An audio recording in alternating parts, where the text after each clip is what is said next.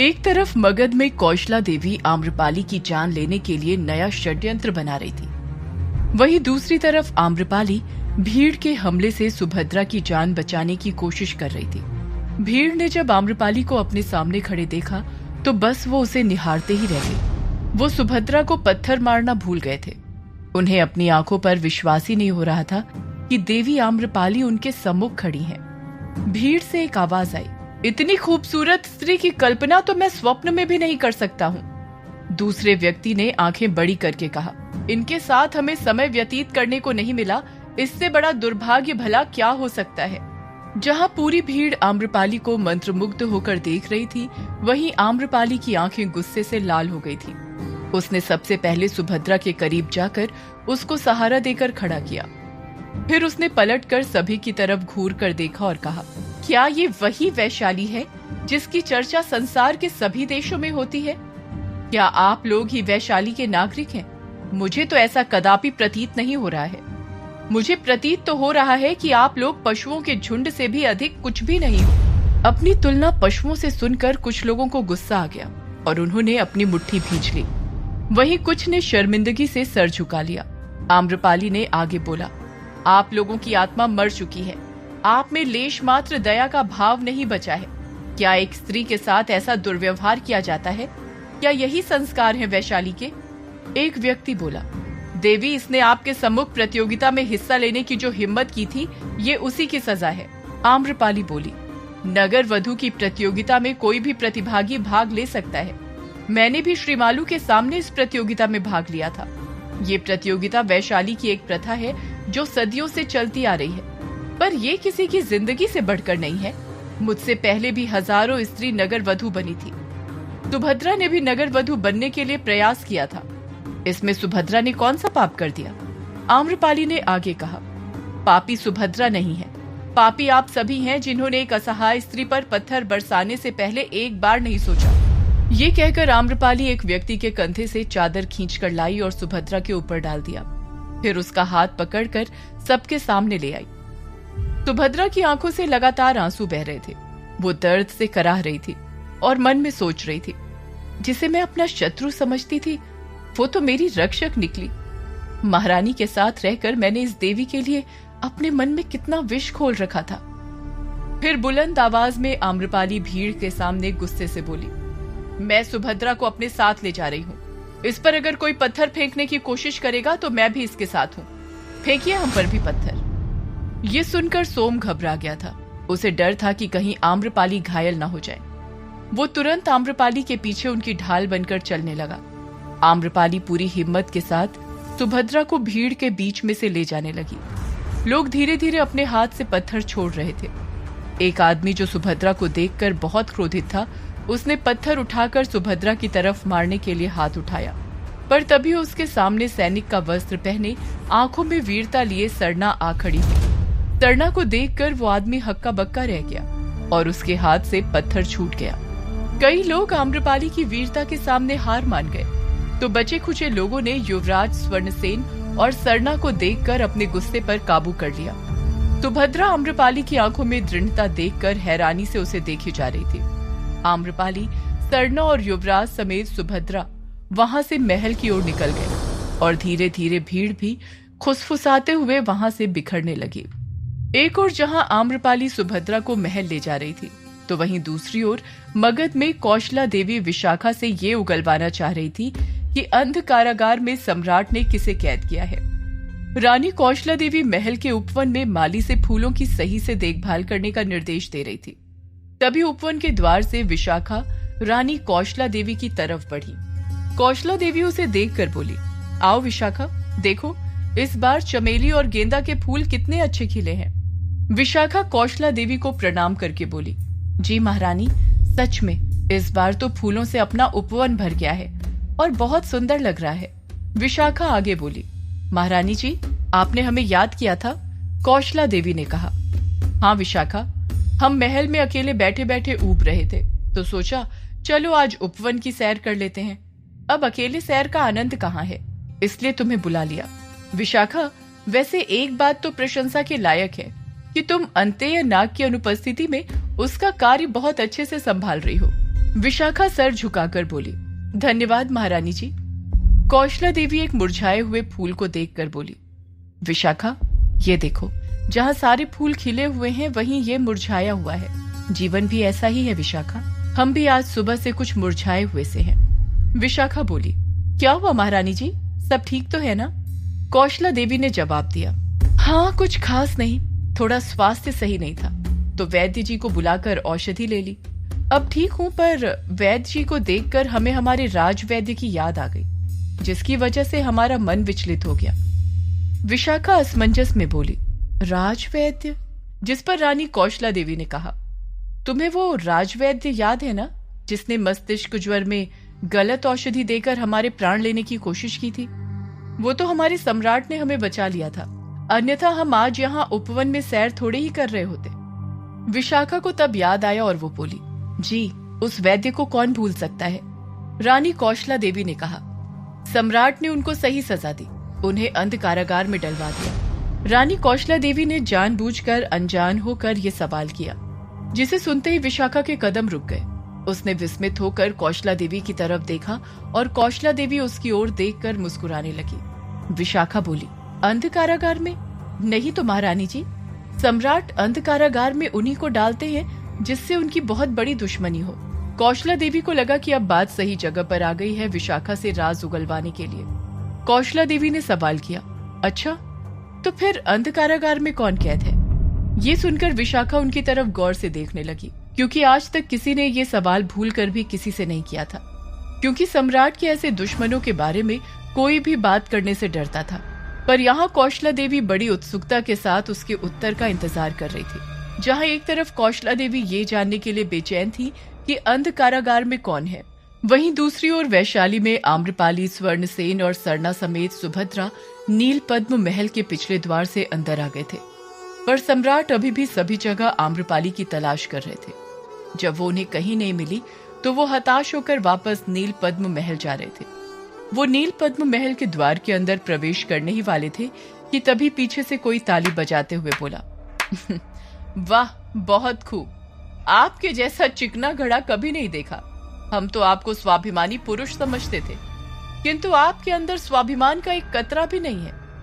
ये सुनते ही सम्राट ने आश्चर्य और क्रोध से पीछे पलट कर देखा कि उनके पीछे कुछ दूरी पर महारानी खड़े होकर उन्हें ताना मार रही हैं। महारानी आगे बोली, सच ही कहते हैं वैशाली वासी कि नगर वधू की चाह ही कुछ ऐसी होती है कि वो किसी भी पुरुष को नीचा गिरने पर मजबूर कर देती है। और आप तो ठहरे एक व्यापारी, आप धन के बल पर कुछ भी अर्जित कर सकते हैं, तो ये तो एक तुच्छ सी नगर वधू ही है। आम्रपाली के लिए ये शब्द सुनकर सम्राट को तीव्र क्रोध आ गया। उन्होंने अपनी मुट्ठी भींच ली और मन में सोचने लगे कि महारानी यदि स्त्री नहीं होती तो उन्होंने कब का उन्हें जमीन में गाड़ दिया होता। महारानी कुटिल मुस्कान के साथ सम्राट के निकट आकर बोली, भानु प्रताप जी, एक बात तो है, आम्रपाली से आपकी मित्रता या जो भी संबंध है वो है बहुत मजबूत, नहीं तो भला कौन सा पुरुष अपना आत्मसम्मान दांव पर लगाएगा, वो भी एक नगर वधू के लिए, जिस पर हर पुरुष का बराबर अधिकार होता है। ये सुनते ही सम्राट अपना आपा खो बैठे और चीख कर बोले, बस महारानी बस, अब आम्रपाली के लिए ऐसा एक भी शब्द आपके मुंह से नहीं निकलना चाहिए। भानु प्रताप को भयंकर गुस्से में देखकर महारानी सहम जाती है। सम्राट आगे बोले, आम्रपाली नगर वधू के पद पर जरूर है, पर उनके विचार और उनका स्वभाव किसी महारानी से कम नहीं। और बात रही हमारी, तो कम से कम हम महाराज की तरह जड़ बुद्धि तो नहीं है, जो न्याय के सिंहासन पर विराजमान होकर भी न्याय करने में अक्षम है। साक्ष्य सामने हो और नजर न आए, ऐसे अंधे न्याय व्यवस्था का समर्थन करने वालों से तो बेहतर ही है हम।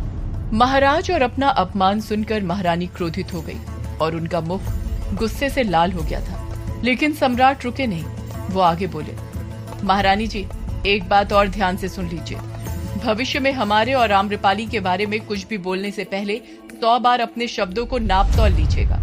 महारानी ने कुछ बोलने के लिए मुंह खोला ही था कि तभी सम्राट बोल पड़े, हम आम्रपाली के अतिथि हैं और हमें कोई भी नील पद्म महल आने से नहीं रोक सकता। ये कहकर सम्राट क्रोधित होकर महल के अंदर चले गए। महारानी ये सोचकर आई थी कि वो सम्राट को नीचा दिखाएंगे, किंतु सम्राट ने उल्टे उनको ही अपमानित कर दिया था। महारानी को इससे बहुत ठेस पहुंची।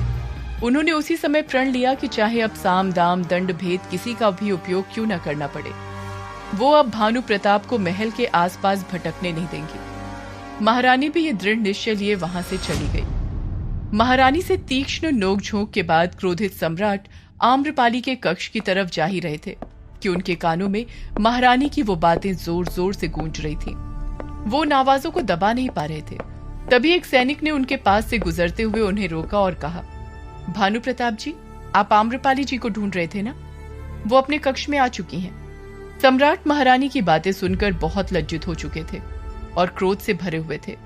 वो ऐसी हालत में आम्रपाली से नहीं मिलना चाहते थे। उन्होंने तुरंत उस सैनिक से सवाल किया, क्योंकि उन्होंने सुना था कि आम्रपाली परेशान होकर कहीं चली गई थी। उन्होंने सैनिक से पूछा, आम्रपाली जी ठीक तो है ना? सैनिक ने तुरंत जवाब दिया, जी बिल्कुल। अब इससे पहले कि वो उनको ये बता पाता कि आम्रपाली घायल अवस्था में दिख रही सुभद्रा को अपने साथ ही नील पद्म महल ले आई हैं, सम्राट मन में कुछ सोचते हैं और कहते हैं, ठीक है, तुम आम्रपाली जी से कह देना कि हम उनके यहाँ कल मिलने आएंगे। हमें कुछ जरूरी काम से जाना पड़ रहा है। सैनिक ने हाँ में सिर हिला दिया। सम्राट मन में महारानी की चुपती बातों को लिए एम महल से वापस निकलकर अंत्यय नाग के पास अपनी कुटिया की ओर आम्रपाली से बिना मिले ही निकल गए। उधर आम्रपाली अपने कक्ष में इन सब चीजों से अनजान थी। सुभद्रा ने तब तक स्नान करके आम्रपाली के दिए हुए वस्त्र पहन लिए थे। अभी भी सुभद्रा के चेहरे पर भय प्रतीत हो रहा था। वो अपने मन की दशा पर नियंत्रण नहीं कर पा रही थी। वो अभी तक ये नहीं समझ पा रही थी कि ये कौन सा तूफान अचानक से आया था जो सब कुछ उजाड़ कर चला गया। उसका हृदय भीड़ के आक्रोश के बारे में सोचकर अभी भी जोरों से धड़क रहा था। उसने आम्रपाली की ओर देखा, फिर फूट फूट कर रोने लगी। आम्रपाली ने दौड़कर उसको गले लगा लिया और बोली, सुभद्रा, शांत हो जाओ, हम सब तुम्हारे साथ हैं। जो हुआ उसे एक दुस्वप्न समझकर भूल जाओ। सुभद्रा को यूं बिलखता हुआ रोता देख सोम, सरना और स्वर्णसेन के मन में बहुत दया आ रही थी। सुभद्रा ने आम्रपाली की आंखों में अपने लिए ये दया भाव देखकर उससे पूछा, देवी आम्रपाली, नगर वधु के दायित्व के बारे में मैंने जो कुछ सुना है, क्या वो सच है? क्या ये सच है कि नगर वधु को वैशाली के किसी भी पुरुषों और अतिथियों के साथ? आम्रपाली ने उसकी बात को तुरंत काटते हुए कहा, हाँ सुभद्रा, तुमने सच सुना है। वैशाली की नगर वधु का यही दायित्व है। ये पद दूर से दिखने में जितना लुभावना लगता है, दरअसल उतना ही भयानक और घृणित भी है। इसीलिए मेरे जीवन का उद्देश्य है कि किसी और स्त्री को इस प्रथा के अनुसार नगर वधु नहीं बनने दूंगी। मैं तुम्हें भी यही समझाने की कोशिश कर रही थी। अब सुभद्रा को समझ में आया कि प्रतियोगिता वाले दिन क्यों आम्रपाली ने उससे कहा था कि सुभद्रा, मैं तुम्हें नरक में जाने से बचा लूंगी।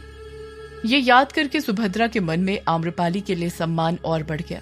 उसने मन में सोचा, मैं महारानी को अपना शुभ चिंतक समझ रही थी, परंतु उन्होंने तो मेरा इस्तेमाल किया आम्रपाली से नगर वधु का पद छीनने के लिए। मुझे कभी नगर वधु के असली दायित्व के बारे में नहीं बताया। ये सब सोचते हुए सुभद्रा को खुद पर शर्म आ रही थी और महारानी पर गुस्सा।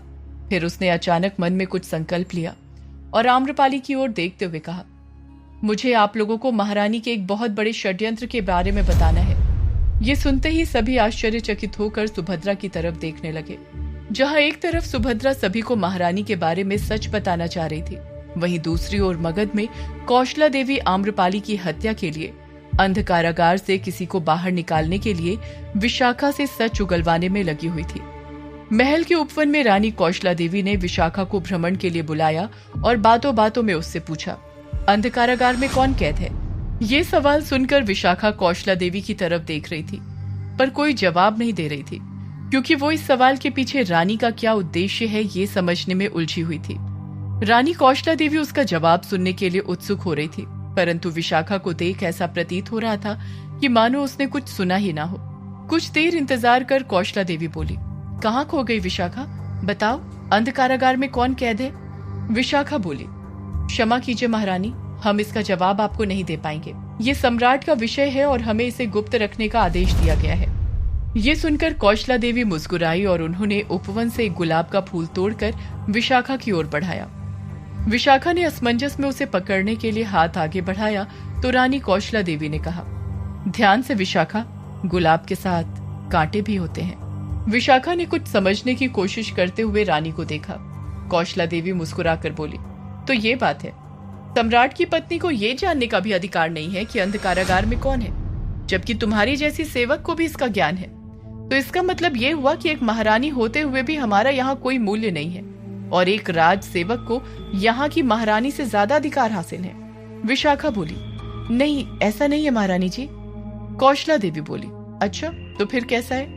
विशाखा को लगा कि वो महारानी को नाराज कर रही है। उसने मन में सोचा, वैसे महारानी कह भी तो ठीक रही है, एक महारानी को तो सब पता होता है, इस बात को बता देने में क्या हर्ज है, आखिर वो सम्राट की प्रिय पत्नी ही तो है।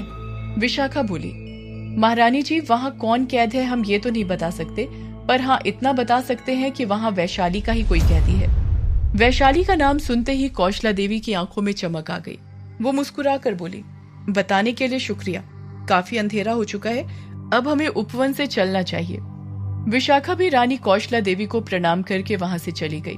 उसके जाने के बाद कौशला देवी अपने बाल की एक लट को कान में फंसाते हुए बोली, सम्राट क्षमा करना, हम आपके एक कैदी को रिहा करने वाले हैं, लेकिन ये हमारे रिश्ते के भले के लिए ही है। वो मन में सोचती थी कि आज रात ही वो अंधकारागार जाकर उस कैदी से मिलेगी। सम्राट के अंधकारागार में कौन कैद था जिसका इस्तेमाल रानी कौशला आम्रपाली को मारने के लिए करना चाह रही थी? सुभद्रा आम्रपाली को महारानी का कौन सा सच बताने वाली थी? महारानी अब भानु प्रताप को फिर से नील पद्म महल में आने से रोकने के लिए क्या करने वाली थी? जानने के लिए सुनते रहिए